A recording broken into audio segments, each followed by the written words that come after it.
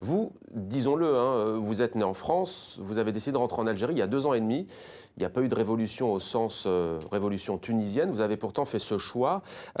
Et il y a quelques mois, vous avez publié une tribune dans la presse française qui s'intitulait L'atout français de la diversité. Et là, vous insistiez sur l'atout que représente la diversité pour la France. Vous vous étonniez dans cette tribune que dans des grandes multinationales très investies qui réussissent en Afrique, au Moyen-Orient, dans les pays arabes, il n'y ait absolument aucun jeune issu, entre guillemets, de l'immigration dans les conseils d'administration. Ça, c'est le constat. Alors que faire, selon vous, pour changer les choses? Puisque là, on a le sentiment que ce serait donnant-donnant et gagnant-gagnant. Bon, déjà, il y en a une, elle s'appelle Aïcha Mogdaï, elle est dans un grand groupe qui s'appelle les Silor, mais c'est encore très peu.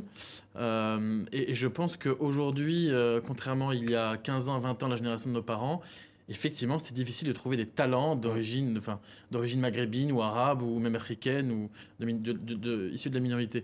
Maintenant, vous avez ces gens-là qui ont fait des enfants et ces enfants-là ont fait des grandes écoles, ont fait des parcours d'excellence et qui, ailleurs, réussissent. Ailleurs, c'est aux États-Unis, c'est Au en Asie, Canada, c'est en ouais. Afrique, c'est au Canada.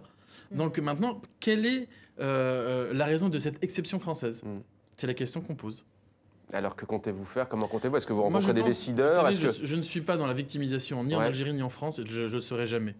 Il faut prendre notre avenir entre les mains. Moi, j'ai décidé d'aller dans le pays de mes parents, et qui est le mien, et d'entreprendre et créer de la richesse et des emplois. D'autres vont aux États-Unis, d'autres vont en Asie et réussissent très bien.